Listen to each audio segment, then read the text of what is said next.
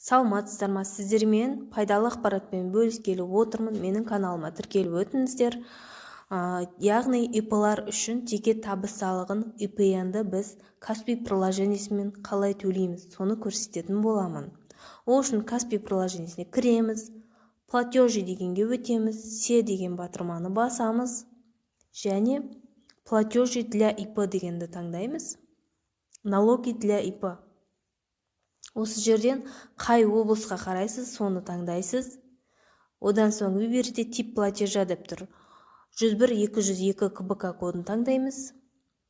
УГД қай районға кіресіз, сіз қай районның кірістер басқармасына кіресіз, соны таңдайсыз. Және сол аймақта қай ауылдық округ па, немесе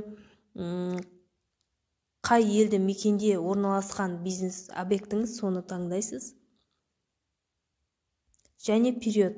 Егер сіз өткен жыл үшін төлейтін болсаңыз, долги прошлых лет деген таңдайсыз.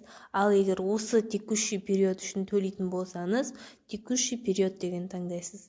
Және ИП-ның атауын жазатын боласыз. Одан соң ин жазамыз, ЖСН-ді.